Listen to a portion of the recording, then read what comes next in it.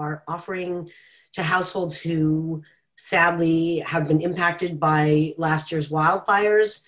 So while I'm, of course, sorry that you are having to spend your evening learning and about things that you would otherwise not really want to know about, I'm so glad that you were able to come and be with us, and really appreciate sharing with your neighbors and friends. If they don't know about United Policyholders and our Roadmap to Recovery program and all the free resources that we offer, please do help spread the word. We want to reach every impacted household, whether it was their primary residence that they lost or that was damaged, or a second home. Regardless, our program is here for all of you, and we appreciate your help in spreading the word. So we're going to be covering tonight navigating your dwelling and contents losses, your insurance rights, and best practices for getting through the journey that you are on. A little bit about United Policyholders. We are a reputable, established 501c3 not-for-profit charity based in California, but operating around the country. We have lots of experience working in Colorado after wildfires, and the partners and friends that we have made in Colorado are with us today. Carrie Waite, who will be helping with the instruction, and then our friends at the Division of Insurance that are here to help answer questions, and many other professionals and residents of Colorado are part of the support that we're bringing you. We have a Platinum GuideStar rating. We are a trusted information resource and a respected voice for insurance consumers in all 50 states. We have been around for 30 years doing wildfire recovery work and advising and standing up for consumers. We have a lot of expertise in insurance and the emotional, financial, construction decisions and challenges, and some of the strategies that people have used to overcome them. And that's a lot of what we're bringing you. We say we're not for profit, not for sale. We don't take money from insurance companies, so we can have an independent voice and give you independent guidance that is in your best interests alone. We're funded by donations and grants, and we will give a special shout out to our funders in a minute. And a lot of what gives our nonprofit the ability to help you is what we call Team Up. That includes our professional staff, myself, Carolyn Winter, who's handling the tech, Carrie Waite, who's here, and then all the folks behind the scenes at UP. Our government and nonprofit partners. We've had the privilege of working with Gary Sanfison in Boulder County on previous fires, as well as Larimer County officials, and now we have new friends in Grand County. We have a special guest with us today, Natasha O'Flaherty, who is a resident, long-term resident of Grand County, and is involved in local government and community service through the Grand County Foundation and other engagements. We have volunteers who are either people who've been there, done that like y'all, and had a loss and got help from us, and now pay that forward by helping other people through our organization. And then we have consumer-oriented professionals. We have lawyers, we have public adjusters, we have tax and financial planning experts, and then we have construction and real estate professionals. And those are the folks that help answer your questions either during our events or in between the events. So this is the program that we're bringing you tonight, is through our Roadmap to Recovery. Some of you may have seen or gotten this book. We call it the Little Yellow Book. It's something that we published in quite a while ago, and it is it's still to this day, a very useful guide for understanding the new normal, the strange world that you're now in, and getting through it with help from your friends. So I was one of the authors of that book. and thanks to some of our Colorado volunteers, Scott DeLuise with Matrix Claims and Chris Rockers, they made sure as soon as your fire hit, they offered to help get those books out. So if you did get one of those books, you can thank our volunteers who helped make that happen. So this is your help library on our website. We set this up for your community. We are keeping it up to date for your community, and it is your resource for finding the most relevant tips for your situation, and then some of the samples I'm going to reference tonight, and some of the tips that we think will really, what we call little gems of wisdom. So the funding that's making it possible for us to be with you has come from the Center for Disaster Philanthropy, the Community Foundation of Boulder County, and then the Grand Foundation and their Wildfire Emergency Fund. Just a little quick fine print. This workshop is intended to be general guidance only, not legal advice. So even though I'm a lawyer and we have another lawyer here tonight, we recommend that you consult an experienced attorney if you do have a legal question. We are trying to inform and educate you, not represent you. That's me, longtime nerd in insurance and in being an advocate for you, the person who has bought insurance and now needs every dime of it to get back on your feet and restore your valuable assets. So I've been doing this work my whole career.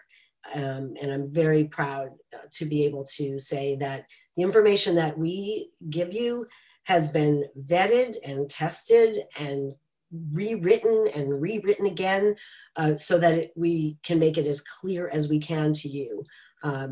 I'm so pleased to have Carrie with us.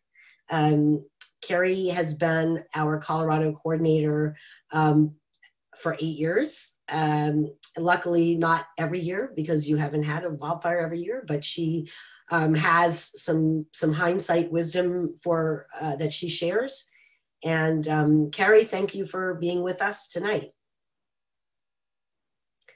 Okay, Natasha. We are joined by Natasha O'Flaherty, who, as I said earlier, she's an attorney in Grand County. She has served as a judge, and she is here as somebody who is very committed to helping her community recover and has gotten very hands-on. So Natasha, do you want to just walk us through the next 4 slides?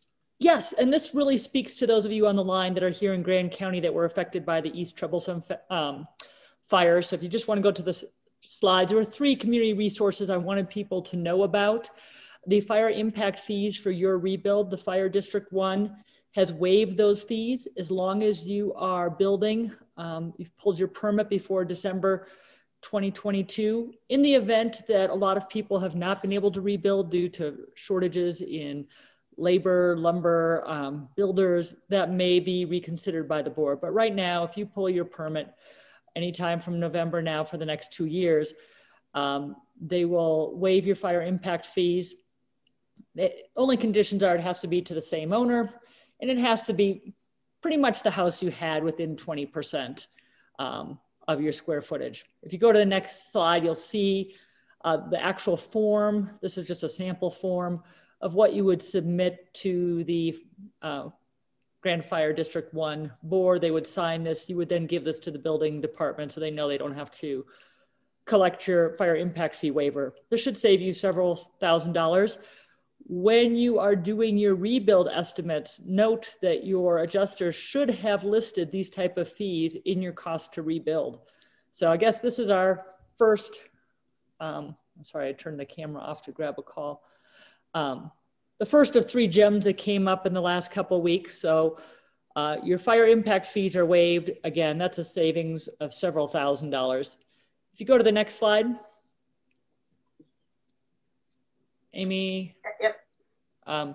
The other one came very early on from the assessor. I hope for those of you on the call from Grand County, you got the letter from Tom Whiter, our assessor. They're prorating back to the date of loss. Normally, real estate is taxed at 29% for vacant land. They are keeping you at the residential rate for the year of the fire plus 2 years. if that needs to be extended, there's also a possibility for them to review that and see if they as a board will extend that just as the fire board did. So again, first win is no fire impact fees. Second win is a substantial savings on your real estate taxes that hopefully help people rebuild. And then your third gift, a week ago, yesterday, the county commissioners, go to the next slide, Amy, had a big discussion on the building fees. They made a small concession. They're reducing your building permit fees by $500. Right now, those are the three pieces of news for people in Grand County. So I hope you avail yourself of those. And obviously for fees that aren't covered or things that aren't covered by your insurance, we also have the fourth resource of the Grand Fire Fund that was created. So that's really all I had for today. Well, thank you, Natasha. And you're a perfect example of one of the gems that comes out after a disaster in a community and rolls up their sleeves and says, okay, you know, what can I do? And, you know, what skills do I have? And Natasha obviously, you know, has the skill of being on top of what's going on in her community and also being a vocal citizen. And, you know, being a vocal citizen is part of the United Policyholders sort of speak up approach, which is, you know, we're here to help you be that squeaky wheel that gets through this process as relatively painlessly as possible. It's not possible to get through it painlessly, but there are strategies for minimizing the frustration, and that's a lot of what we're here to bring you. So these are the three county resources, the county recovery information websites for the three areas where the most of homes were destroyed last year. All three counties we consider our partners, and in Grand County, Natasha and the Grand County Foundation are performing almost like a kind of a governmental function. They are very involved in, even though they're a charitable foundation, they're very involved in the well, as you heard from Natasha, trying to ease the path for citizens to be able to rebuild. They're involved in the long-term recovery group, and they are also giving away a certain amount of money. So good to know Natasha and the Grand County Foundation. And one of the best free resources, if you are not getting treated fairly, is the Colorado Division of Insurance. And we have with us two of the senior analysts with the division, Tracy Garceau and Steve Lopez. They have graciously agreed to really partner with us on this workshop series and help us answer questions. We will have them actually, again, live on February 24th, answering your questions specifically during a Q&A. So that's their toll-free number, and you can take a deep breath. You know, Natasha got us shot out of a cannon. We're loaded for bear and ready to enforce your rights with you. Okay. So today's topics, getting the coverage and claim service you paid for, figuring out your available policy benefits for replacing destroyed dwelling and contents, and that means your base policy limits, plus whatever extended limits may be available to you in your specific policy. We're going to talk about how and when your benefits can and should be paid. And then we're going to, again, identify sources of help for estimating and documenting your loss, resolving disputes, and getting a full and fair claim settlement. So there are laws in California that govern how your insurance company is supposed to be behaving and give you rights. And the most important one is that you have the right to be paid for your covered losses in a timely manner. And you can see at the bottom of the slide, there's a link there to a publication on our website, which is Insurance Consumer Protection Statutes and Regulations in Colorado. So don't worry about taking notes. Try to just take this all in. There will be a recording of this workshop and you can watch it again if you miss things. But what I really want you all to do is try to relax a little bit so that the information can gel for you. And you may have gone to other workshops, or you may kind of have a feeling already for this. But we really want you to understand that there are a lot of rules, but they don't always get followed. So the 60 days is a great example. There's lots of wiggle room, meaning that the insurance company may say, well, there's a reason we couldn't pay. And as long as they put it in writing, you can go back and forth on that. So Tracy or Steve, is there anything you want to add about this particular regulation here and how it gets enforced by your division? Hi, Amy, it's Tracy. Hi, everyone. Thank you for having us. I would say that the important thing here and with all claims is to keep a good record. Make sure you keep copies of everything you send the company. In writing is better, email's best, because one of the words in here that Amy was pointing to, the company can say it was not a valid claim. So did you submit something? Did they respond to you and tell you what they needed? So it can't just be that you submit it and it just sits there. You should expect some kind of response. So again, I would just suggest that you keep records for this as well as any throughout the claim in case you run into any problems. Okay, so how do you be that squeaky wheel? How do you speak up? As Tracy just said, keeping a journal and keeping it up to date is really helpful. If you dialed into the previous workshops, you've heard us talk about how we know typically somebody who has gone through a wildfire is not maybe sleeping as well as you normally do, and you've got a lot coming at you, a lot of decisions, a lot of deadlines, and people asking you to deal with things. And one of the best ways to keep yourself on track is to keep a journal and to keep your paperwork all in one place.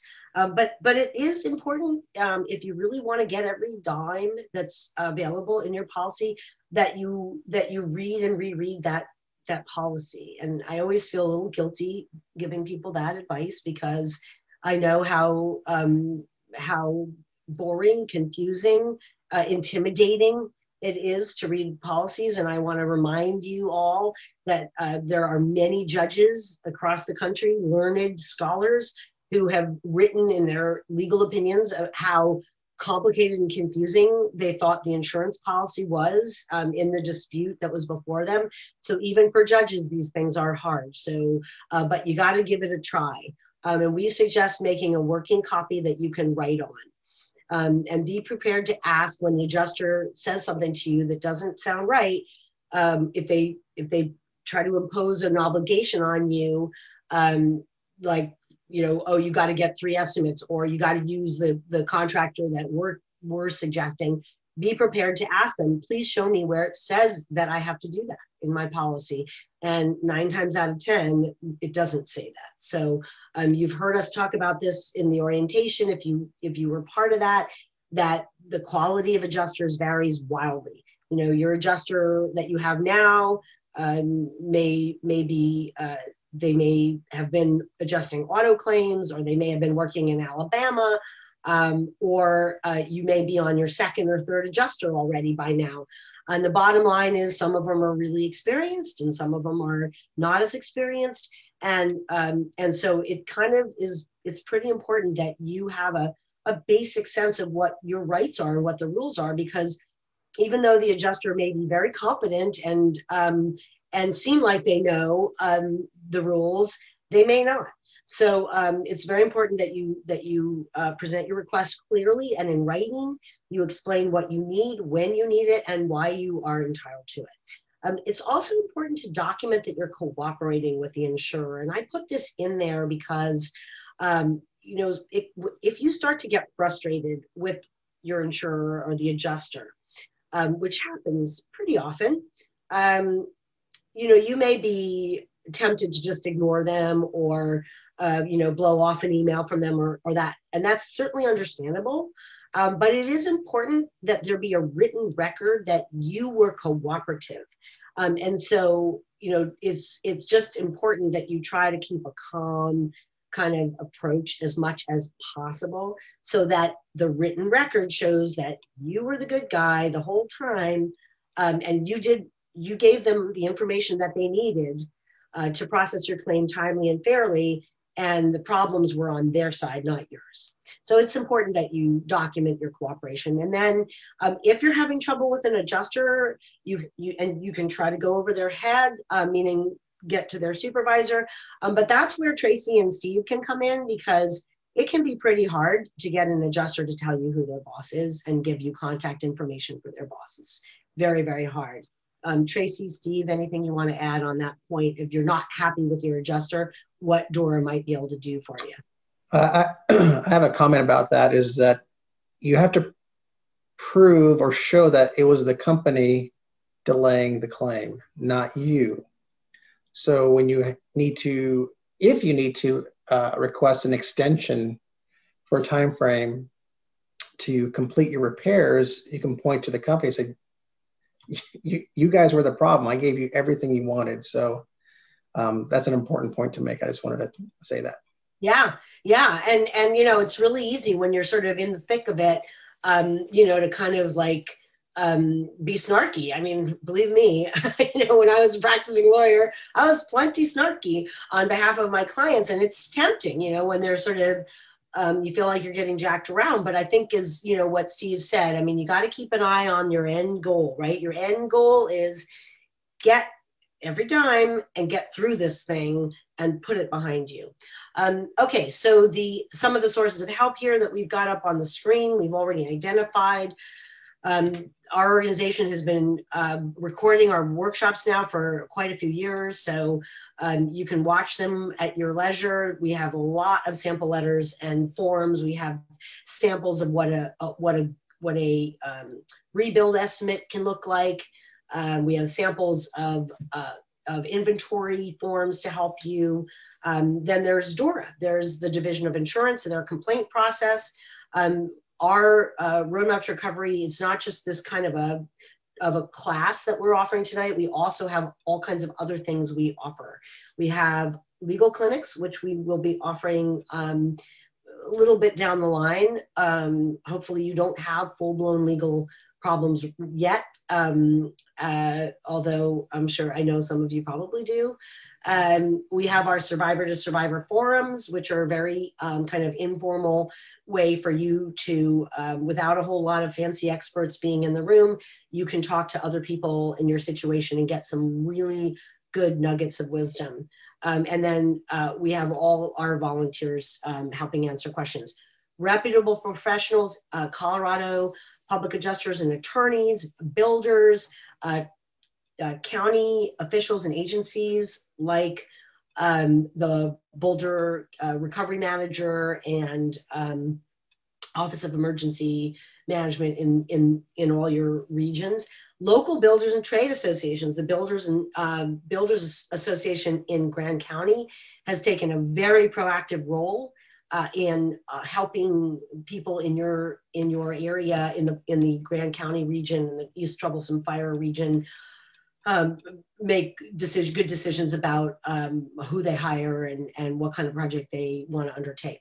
So your major decision points that we're talking about tonight with your dwelling and your contents: how much insurance do you have to work with? Okay, we already did our workshop on figuring all that out, but we're going to review a couple of key points tonight. Is it enough to replace the home that you had?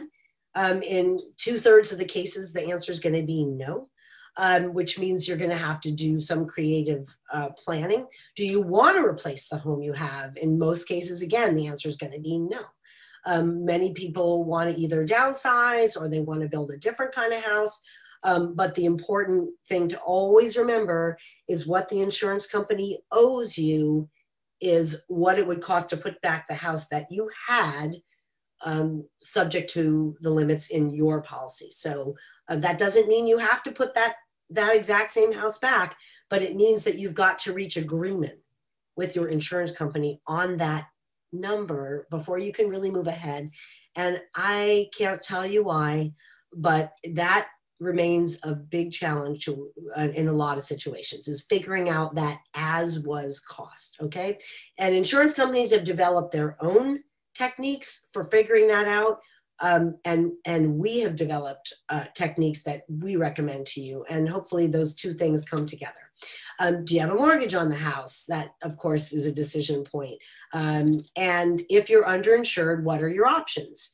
Your options are basically build smaller, cheaper, or creatively, buy a replacement house with your with whatever benefits you're able to negotiate with your insurer, and then of course taking out a loan or using your savings. So these are your options, right? Rebuild the house as it was, rebuild a different house, buy elsewhere, rebuild elsewhere. And I want to tell you that as far as using your benefits to buy a house instead of rebuilding is tricky on a good day in Colorado, because it's the insurance contract basically does say you're only going to max out if you rebuild, right? In California, we had so many fires that we were able to get a law passed that requires the insurance company to pay you the same amount toward buying a home as they would have paid you if you rebuilt. You don't have that law yet in Colorado. So as it stands now, it's easier to max out your insurance if you rebuild. It doesn't have to be the exact same house, right? So generally speaking, that's going to be how most people are going to go. If you want to replace your home by buying, that's fine, but you're going to have to do some negotiating. Because the law is not as clear in Colorado that you have the right to take all your benefits. And we're going to talk about that in a minute. So, but those are your four major options. Okay.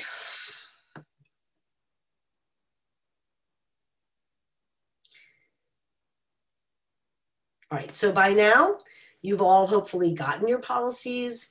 You know there's something called a declarations page. That's the key to what is in your insurance box, okay? Not all declarations pages look the same. They should all contain the name of the insured. If there's an error as to the location of your property, if your deck page has the wrong address, that may be a problem or it may not. But that declarations page is going to tell you what's in your box. What are the buckets in your box, right? Most of the insurers use the same labels. They label bucket A, bucket B, bucket C, bucket D, like this. A is typically dwelling, B is typically other structures or dwelling extension, C is typically personal property, D is typically loss of use. And I want to mention that we're not going to be talking about loss of use tonight, but we will absolutely answer your questions about loss of use at the Q&A on the 24th. And we did talk about your rights with regard to loss of use at both the orientation workshop and the workshop on how to read your policy, and the recordings are available online. If we have time, I'll do it now because I can't resist. As far as ALE, creativity is encouraged in wildfire areas. And why? Because housing is in short supply. And so, but again, the policy may not literally give you the right to take your ALE benefits and buy a third wheel, a trailer, a RV, or a tiny home, or a yurt, or whatever you want, and put it on your house, on your lot while you rebuild. It may not literally give you that right, and the adjuster may say, I don't know if I can let you do that. It's never, there's never harm in asking, and that is how the rules get loosened up. And so by all means, if there's some way you want to use your ALE, your loss of use benefits, your temporary rent benefits to get some sort of temporary housing other than paying rent, ask for it. Okay. All right. So we're going to get back to figuring out your maxes that are available, your buckets, right? Remember, you got your base limit. That would be the 300K on this example with the red circle, plus purchased extras. This person with this example paid for limited home replacement endorsement. So they have a bump, an extra. of 150% of that 300, okay? That's a purchased extra. So that adds to that goes into their max available. And as you can see on the bottom, this person also paid for building code upgrade coverage. And we're going to talk about that a little later. So that's this person, when they were trying to figure out how much they had available, they had to do that math. And then here's another example of a different kind of deck page. Yours may not look like either of these, but most of them have the same basic kind of a layout. It has your name and the policy number, and it tells you what extras are included with your policy on top of the base limit, right? So there on this one, the base limit is 469,000, but then down below where you see forms, options, and endorsements, this person has some extras. And it's very important, unfortunately, to read, as I said, that policy over and over, because there's no way you're going to be able to figure out just from looking at this page what your extras are, what those endorsements give you. You've got to look at those codes, FP, FE, and the numbers within the policy, find them and read them, and then do the math, okay? Extras you may or may not have are typically going to be that increased coverage for your bringing your home up to code when you rebuild, or it will be, you may have replacement cost coverage, or you may have an extended replacement. But again, it takes some work and reading and learning to figure this out. And if it's way too much for you, there are plenty of people out there that will help you to do it, to figure it out. But we're here to try to help you be your own best advocate and take you as far as you feel like you can comfortably go. And then once you hit that, I can't handle this, then you turn to other people for help. Okay, so we're sticking with what we think you can do on your own, right? Figure out what your coverage is. So these days, a lot of people have a bump of coverage, extended dwelling coverage. In this example, this person has an additional 50% of what their base policy is. Okay, so definitions in your policy, if a word is not defined, then the common meaning applies. All right, so here's some examples of definitions that were in these policies. Defining the insured. Very often, you had relatives living with you, or you had somebody else's stuff in your house that was destroyed. So that will be relevant to how does the policy define who's insured and what's insured, okay? These are just examples of definitions, all right? These are examples of how some policies define what coverage A goes for. So generally it covers the main house. Some will include in coverage A attached structures. Some do not.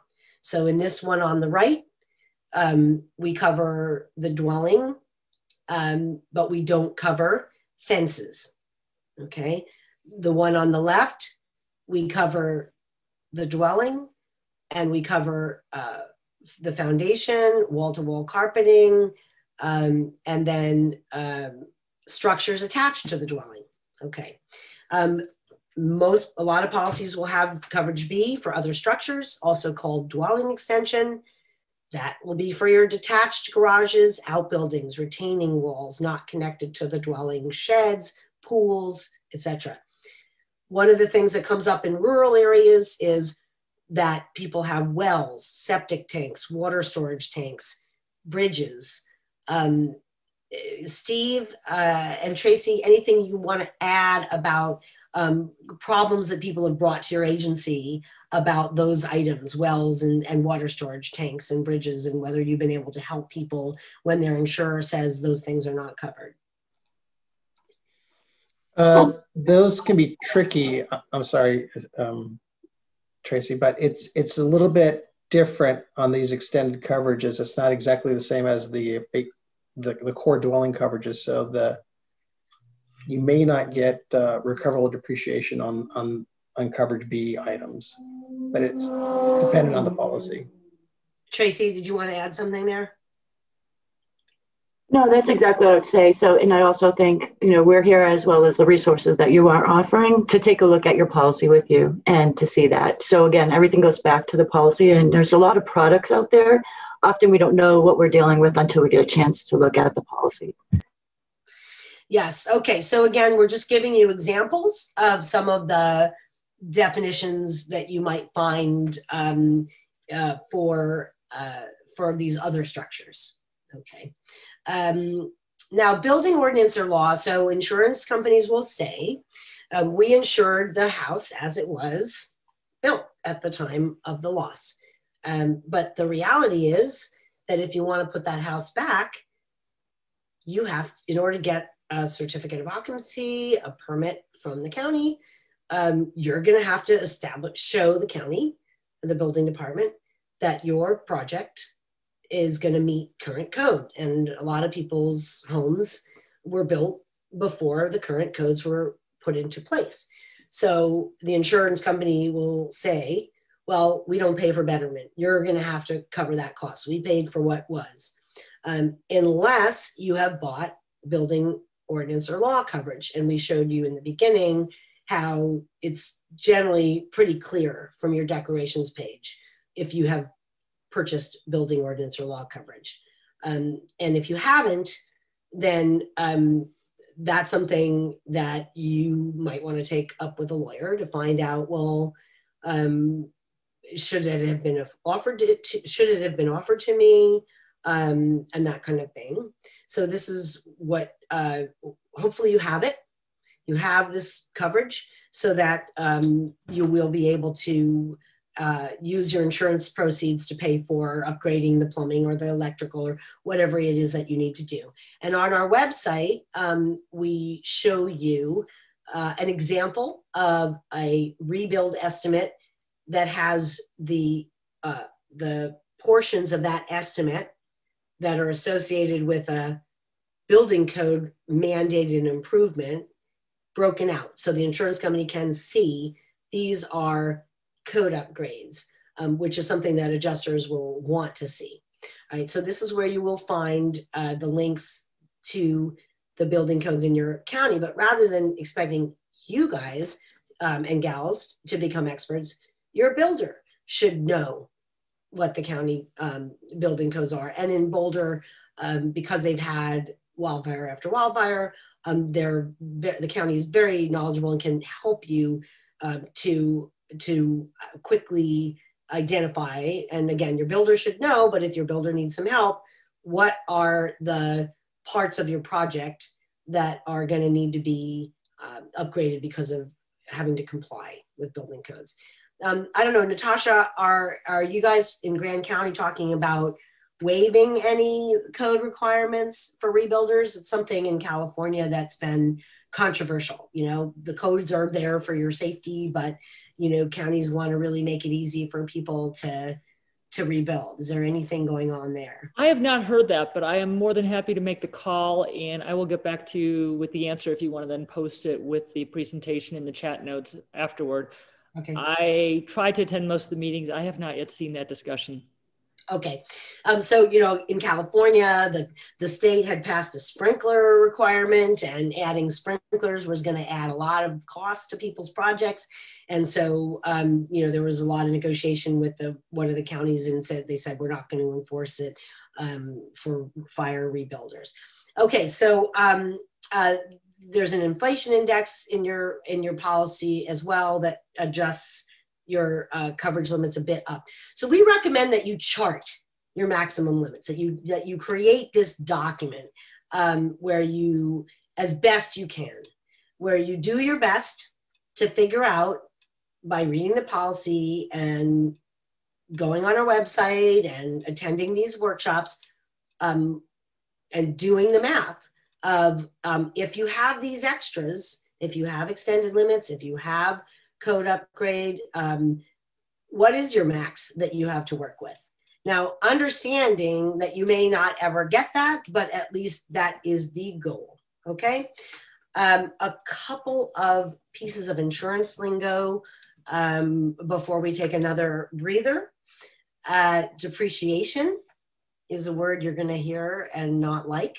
That is the loss, that's how the insurance industry functions, is that they, like I said, they're very focused on, we owe you what you had, right, before the loss, okay? If they've sold you replacement value coverage and they've sold you extended, well, then they owe you more than just what you had, right? But the basics is that they will, in the policy, they have given themselves the right to adjust what they're going to pay you for depreciation. And that is, you think of it, we talk about the wear and tear. And the problem with the depreciation, A, it involves math, which a lot of people don't appreciate. B, it's subjective and negotiable. There's no one chart that every insurance company uses. So that means that sometimes an insurer is going to over depreciate your stuff and sometimes they won't. So that puts the burden on you. If you want to get a fair settlement, you often do have to push back if your insurer is overly depreciating your assets. Insurers apply depreciation to your house and your stuff, and sometimes they apply that depreciation permanently. You never get it back. That's all they're going to pay you. And sometimes you do get it back. It's recoverable when you show them that you have actually replaced or restored the asset. So those are the terms that you just have to kind of understand if you really want to be that squeaky wheel. Okay, so ACV, actual cash value, that's the Craigslist price, the pre-loss value, the price a willing buyer would have paid you immediately before, right? The replacement cost is what's real. What is it really going to cost you to replace that couch or replace that house, right? So these terms matter, this lingo matters. Holdback is the amount of money your insurer holds back from a payment because they have applied depreciation. Some holdbacks are recoverable, some of them are not, and it depends on the language in your policy. And you know, these things sound really like a lot, but the reality is, you know, you're gonna get through this, and many people are available to tell you how.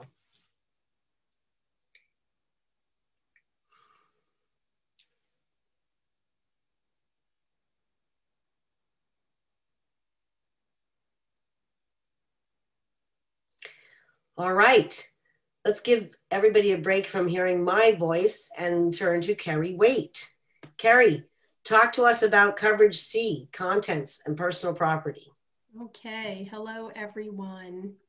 That breath is necessary because we've got a lot to cover, but I want to remind you that we are going to have a workshop on February 20th, so not very far from now, an intensive workshop that you can sign up for.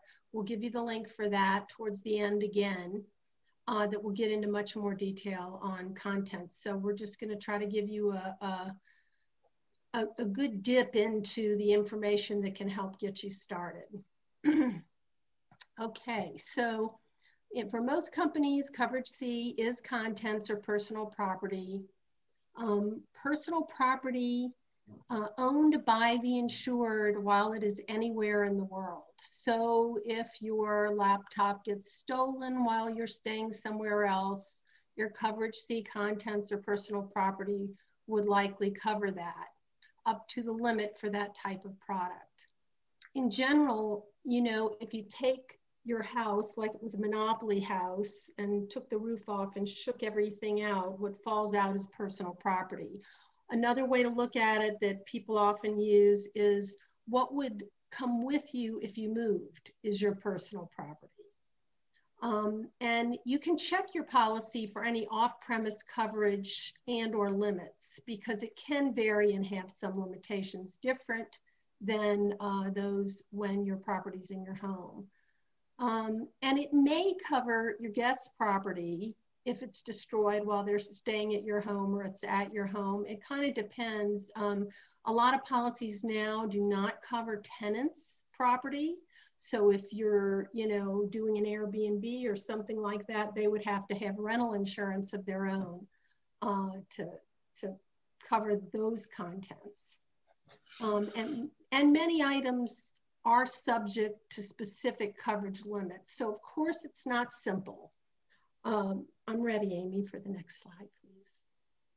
So those contents that have special limits vary from policy to policy, and you should be able to find it in the body of your policy itself. And these are just some of the common special limits. And you'll notice that some of them are things that are easily stolen or easily marketed. And so the limits for those items are going to be lower, and that protects the insurance company's risk a bit. Property not covered, like I said, tenants' property, animal, birds, and fish are not covered as contents. Rumors and borders, tenants. Oh, we already said that, didn't we? Sorry about that. Motor vehicles, except for certain very limited vehicles that are not registered for use on roads or for handicap assistance. Most things that you would drive have to have their own policy, and that's a separate policy. And recreational vehicles also would not be covered. At www.uphelp.org/samples, you can find, and you can find this on our website easily as well if you just go to the main page and navigate. We have great sample letters, including requesting a waiver of the contents itemization requirement. This is rarely granted. However, I've already heard of a few examples from these Colorado fires where the insurers paid out 100% of the contents. So again, you don't often get what you don't ask for from the insurance company, and it can't hurt to ask. And you can also, at any point, request a property claim settlement. That's another option to the standard way of doing the painful process of documenting every little thing.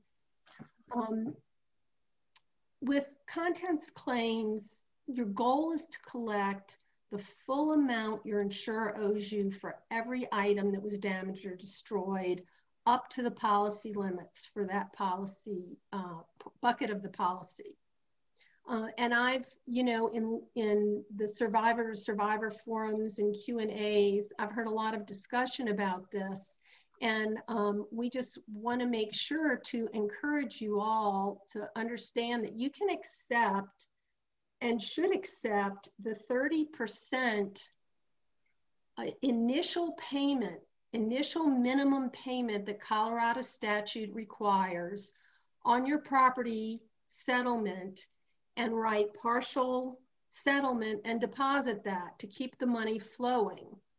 But that doesn't mean that you have to be settled with that 30%. You can take that and then start working up your statement of loss, your scope of loss for contents. And we want to encourage you to recover that money. It's kind of like a pot of gold that you just have to mine. You have to dig in order to recover it. I'm sorry, did I do that prematurely? That's okay. Okay. It's the same thing here as with other parts of your policy. It may feel very overwhelming initially, and it can be emotional because they're your things that you lost. But you must find a way to look at it as a business transaction and dig in and get your money. So there are different methods that the insurers may ask of you to get this information from you. And you want to be cooperative, especially if you're going to help your adjuster get you paid. So you have to be kind of discerning and not jump to conclusions that they're giving you a hard time. They may need this information in order to get you paid. Some of it they require, and your policy language will tell you that. And other levels of detail they will ask you for, but your policy language does not require that you provide that. So you can discern a bit the level of extra cooperation you have the energy and think is valuable to contribute. So one way is they'll ask you to create a detailed inventory yourself of every item you lost. They'll probably give you a link to a spreadsheet, or they might give you a physical spreadsheet or online forms that they provide. And there are a lot of details here. I mean, they're going to want to know date purchase or acquired, the purchase price, the condition, depreciation. Some of these things they're going to ask you for, but you don't necessarily have to provide all of those things. I mean, who can provide the purchase date or the time you purchased every item you own? Obviously, you can't. So you're going to do the best you can. That's all you can be expected to do. And you can only document with the information you have available to document if everything burned down. Just pop in for 1 second, Carrie. So, you know, I think that Natasha made a reference to this in the beginning, and I think it can't be said too often that if an adjuster is requiring you to itemize every single item, you should document that because that is not necessary in every case. Meaning, we know from years and years, and you can go on our website and look at our survey results, that insurers have waived the itemization requirement in some situations. They have relaxed it. They have let people group things like all your spices instead of listing every spice, or all your medicine cabinet items in lump sum estimated. And so, you know, back to what Steve and I were saying in the beginning about having that paper trail that shows that you're cooperating, rather than complaining and saying, well, you're harassing me, you can say, this is one of the most painful things I've had to do since my loss. And we understand that, you know, this is I've thought about this a lot over the years. You know, I think that that with the pain of loss, you know, when an insurance company requires you to itemize everything and hassles you on your inventory, it's really it's unnecessary cruelty, because everything in you is trying to put the pain behind you, and now you're having to experience it all over again. And remember every photo album that you lost and all that. So again, I just want to interject to remind people that you want to document your cooperation, but insist on reasonableness, right? And whatever the insurer offers you as an accommodation, if it's something that's going to possibly save you time or money, accept it. So if they offer you a specialist to sit down with you, you know, it's okay to say yes. In fact, it's probably a good idea to say yes. And if they're not helping you, okay. But at least in writing, let the insurance company know this is very painful for you. You will appreciate anything that they can do to lighten your load. So back to you, Carrie. Yes, and you know, the policy language often requires a lot less in terms of your due diligence and duties in documenting that loss than they ask you for. So just be aware of that gap. So we talked about the fact that you can negotiate a waiver of the inventory requirement, possibly. It's not granted very often, but you can ask. But you can also do that after you've gotten that initial 30% and worked for your claim for a while at any point. However, for this to be effective, usually you're going to need to have some sort of special circumstances or be dramatically underinsured, or have demonstrated in some way that your loss was way high. Yes, and you also have the right to hire your own advocate, which Yes. is something that that is a very important option. And I think it's important to note here too that the value, we're going to get into this a little bit today and a lot more on the 20th, but the value of an item and what you're owed by the insurer on that item, especially replacement value, where you bought it or how you got it is irrelevant, really. It's the condition it's in and a number of other things that are more relevant. So it's usefulness, things like that, that determine value. Anyway, we have lots of tried and true tips that make this process easier that Amy's referenced. I mean, lots. And these are the pearls that I love to use that term. These are the pearls that have been gathered over time from all of these fire survivors and what has been successful. But at the end of the day, this is not for everyone. Yes. I mean, being your own, tiger is not for everyone. You work full time, or you have little kids, or you have a disability, or you have an injury. There are professionals, there are public adjusters that this is what they do. You give up a portion of your benefits to pay their fee, but generally they're going to put the time there. It's in their interest to make sure that your inventory is really detailed and really specific. And that's an option. We don't endorse one path or another, but we want you to know what paths are out there. And we just really encourage you, if you are at the end of your rope with this, or it's one of those circumstances Amy mentioned, and you're thinking about seeking help, that you use a lot of due diligence and you vet that help. Make sure that they're a Colorado licensed, in good standing public adjuster, and because there are a lot of people that kind of fly in and fly out at times like this. So make sure you do your vetting, because they can be a wonderful resource also.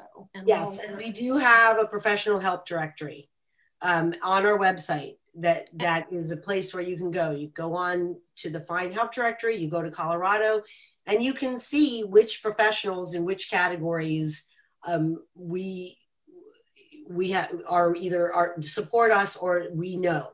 And so there's some lawyers in there, there's some public adjusters, and these are the people that were involved with this work from prior fires, and this is what they do. It's one place that you can find professional help. And Steve, maybe you can chip in here, but DORA, the Division of Insurance, they also regulate public adjusters and have some resources there as well as lawyers, right? I'll let Tracy handle that one. Yes, we do license public adjusters, and I encourage everyone to go online. It's a quick check. I know that you have some resources, but on the website there's up-to-date to check the license. You can also check to see if there's been any disciplinary actions against them. So it's a really good tool. And again, they can be very helpful. You just have to, I think I heard someone say, follow your gut. I would suggest that in this relationship as well, you want to make sure that you've got someone that you can truly trust. That'll help you through this process. Yes. So this is just kind of the quick and simple version of the flow chart, the initial flow chart of the way it should work. First, as Amy described, you determine your policy limits for contents just like you would for dwelling.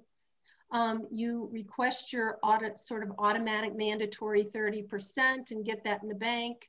write partial settlement on the check before you deposit it, and then work smart to create a hefty, well-documented proof of loss, spreadsheet, whatever it is you're going to use, so that your values, and Tasha mentioned she's kind of clued in on this, you want to be completely honest about it, but you want to work it so that it well exceeds the policy limits before depreciation is applied by the insurer. In other words, don't you be the one that depreciates the value, because they're going to do it again.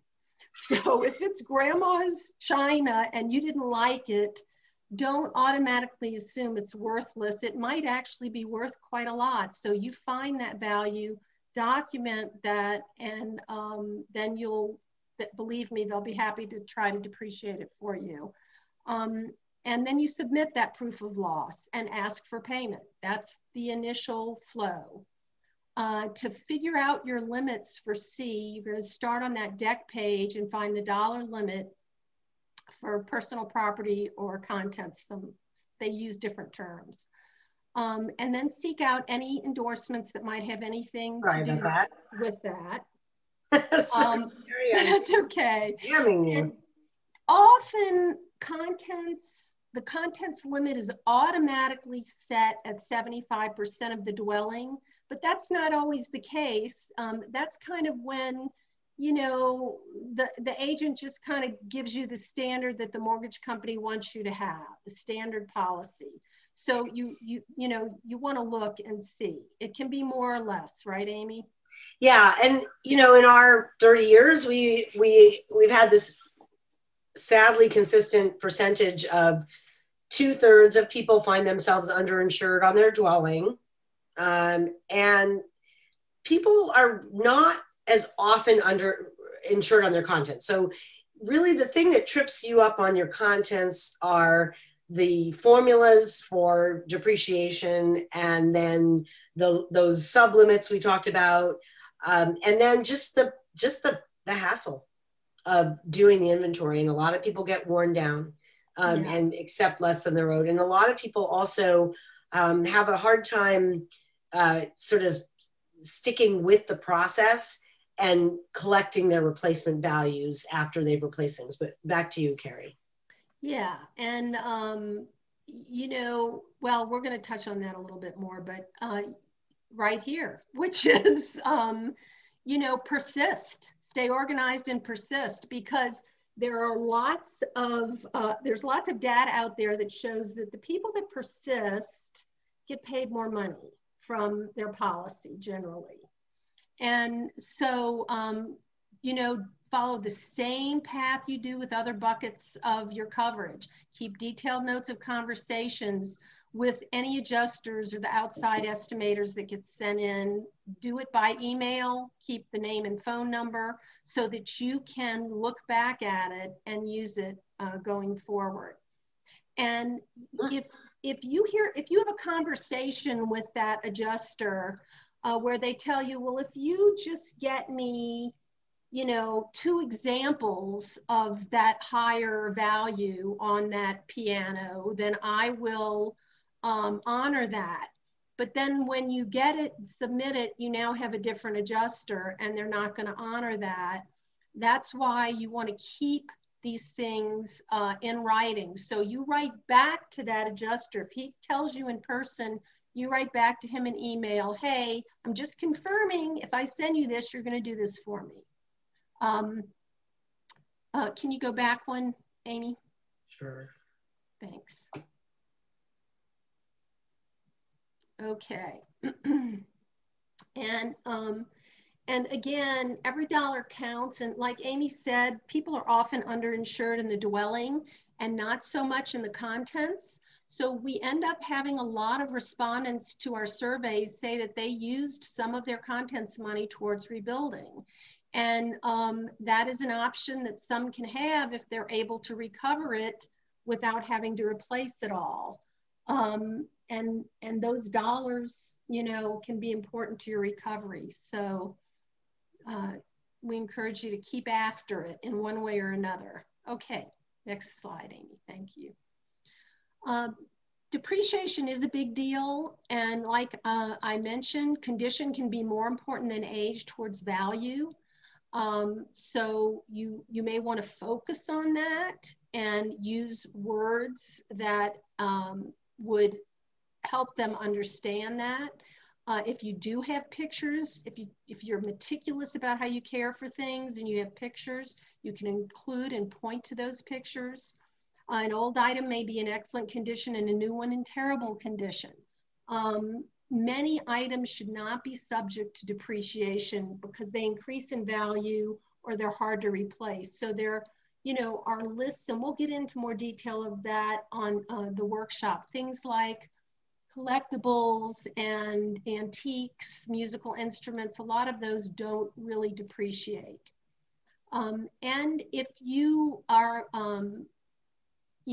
interested in dealing with that, or if you get back a depreciated, you send them your list and you get back a depreciated amount that seems ridiculous, you can ask them to show you their depreciation schedule. They are not standard. They don't necessarily make sense.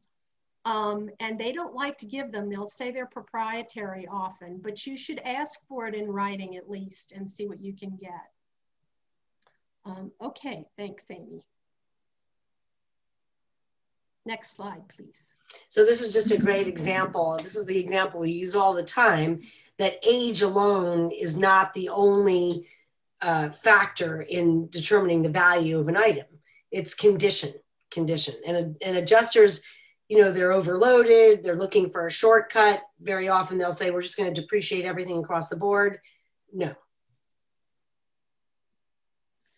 So there are lots of resources to help in this area too. And again, you can argue depreciation based on remaining life expectancy. That's especially on larger items. And sometimes, I haven't seen this as often, but it does happen that you may have adjusters that try to just sort of set a general depreciation value across the board. And you can work to negotiate that lower or insist that they be more detailed in their depreciation. Because one of the reasons depreciation matters so much is because no one really replaces everything they lost in the initial period after the fire before they've built their new home and even know like what they want or need. So it's important to get as many of those dollars in before you replace things and are going to try to get the rest of that money by sending receipts back to them, which would be the process they prescribe generally. Yeah. So, and as far as items that can't be depreciated, antiques, things that don't lose their value over time, but we're going to be going into much more detail in the contents intensive. We were really just giving you, this is sort of a very broad overview because we're kind of starting to run over here.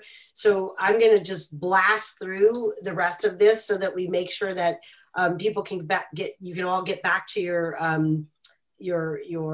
whatever it is that you want to do this dinner. Evening. Completing the personal property inventory. We talked about the spreadsheet that you can find on our website. Natasha mentioned that yellow book.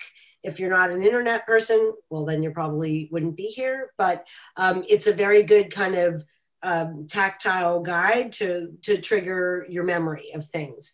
And then on our website, we have all kinds of resources for trying to shortcut this process. Brainstorming, listing a room at a time, getting friends to help, a reminder to only claim what you lost, never claim what you did not have, because it really, not only can it get your claim off track because the insurance company will suddenly be suspicious about everything that you tell them. It's just never worth it. Insurance fraud is a crime, so don't go there. And then determining value, of course, you want to go with real prices. for things that are going to really, so for example, you can use technology. You can go to a big box store that has a gift registry scanner, wearing your mask while you go.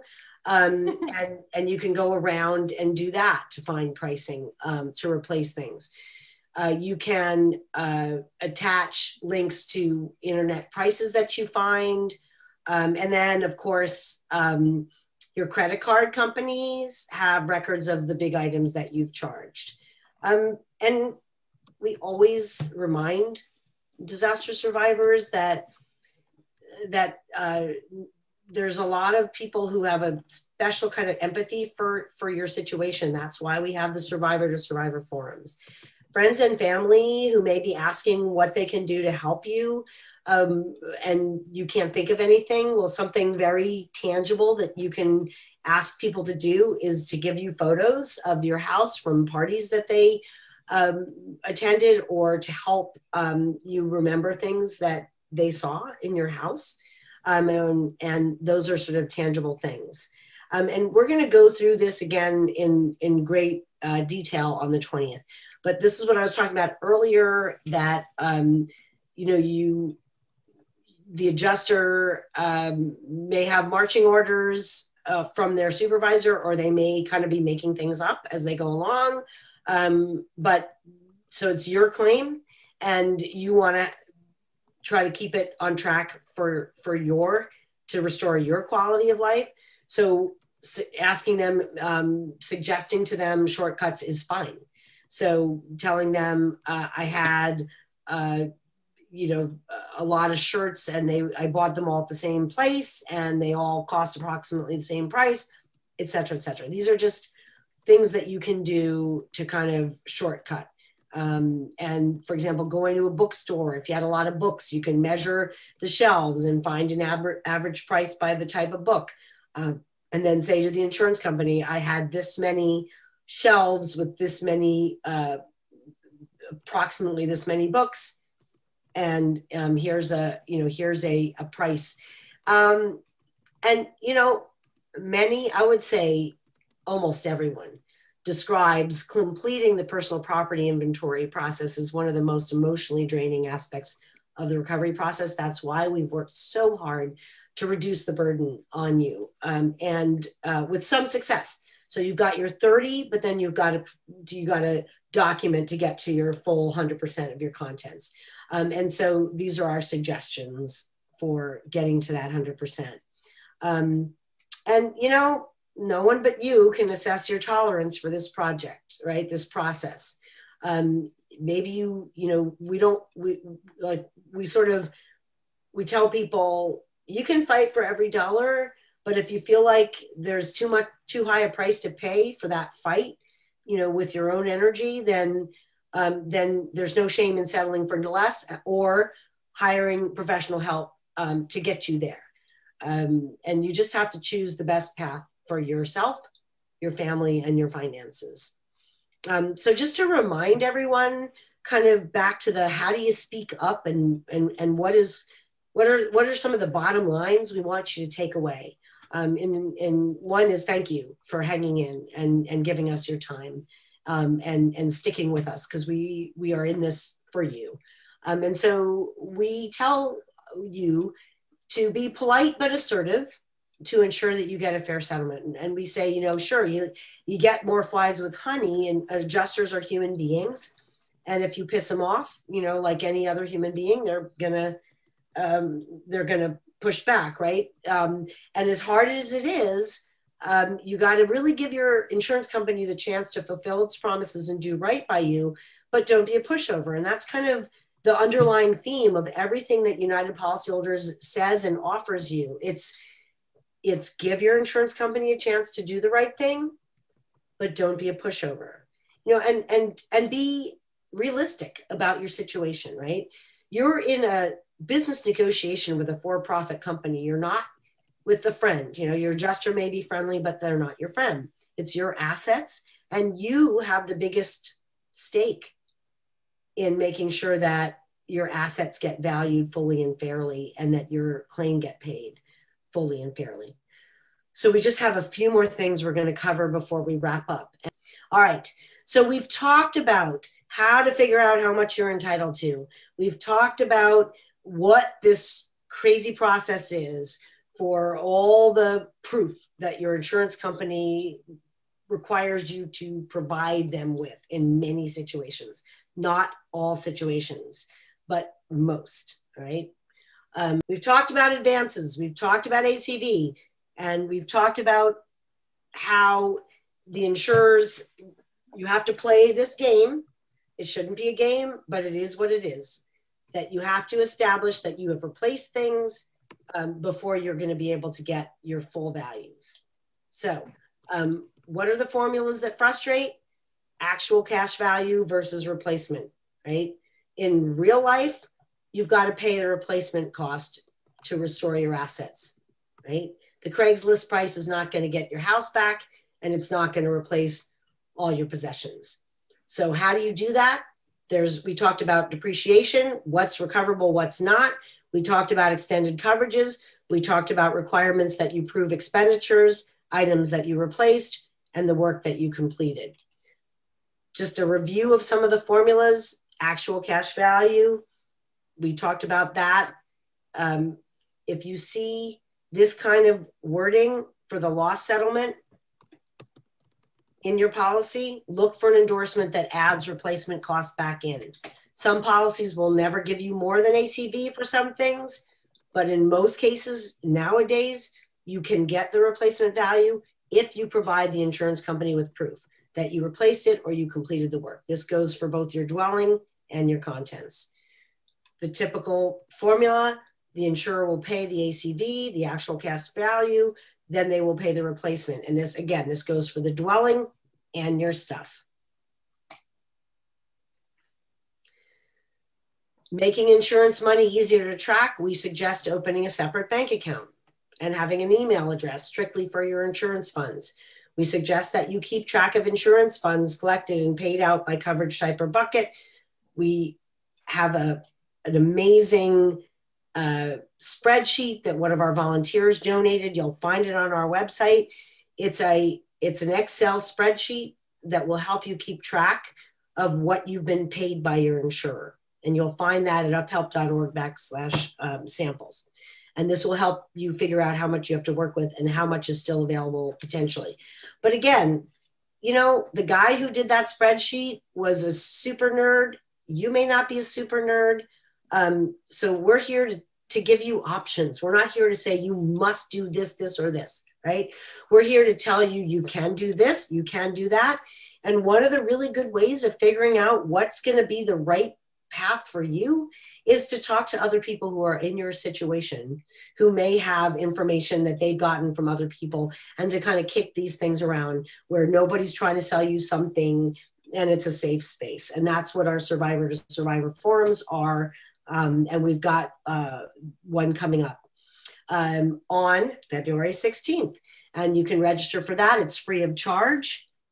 And you will be on there with people who are kind of like you. You know, they didn't know anything about insurance, actually really would maybe prefer never ever to know anything about insurance, but here you are. So the good news is there is a lot of help. We are doing our contents intensive workshop on the 20th. We'll have another Q&A on the 24th. We're going to have some experts available to help answer your questions. We're going to have our friends from DORA. We're going to have some Colorado, we'll have at least one or two Colorado lawyers. We're going to have at least one or two Colorado public adjusters. We're going to have our staff there to answer your questions. So, you know, we're here for you. It's not for us. We're a charity. We're not trying to sell you something.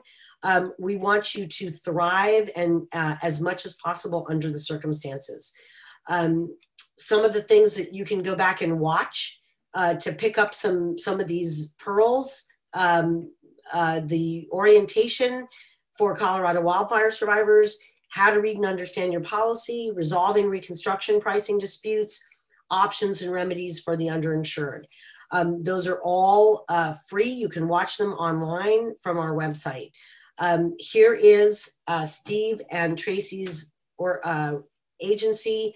You can file a complaint for free with them. You can call them. You heard Tracy offer to go over your policy with you. There are, I'm sure that pretty much any of the professionals that you find in the UP Find Help directory would offer to do the same thing for you. They would offer to go through your policy with you. And as long as they don't try to, pitch you, then great, take their advice. If they pitch you and it's somebody that you think is going to help you, fine, check their references. And if that's going to get you to the next step for you, fine. There's no one path, right? That fits all. There's no one size fits all. And for when it comes to recovering from a wildfire. So we talked a lot tonight about the details of maxing out your policy benefits. But there's a lot to all of this. So like I said, take it in, kind of think about it, big picture, you got this contract that you paid for. There's money in it, but it doesn't flow automatically. You've got to either be your own best advocate, put the time in, or find people to help you that can do that for you. And so, we are rooting for you. We are here to help you figure out the path. And we're grateful to Natasha, to Steve, to Tracy, to the foundations, to our county partners, because together there's a safety net for you here. You're not alone. So be safe, be well. We will see you at our next event. Visit our website, share this information with your friends, and thank you. Good night.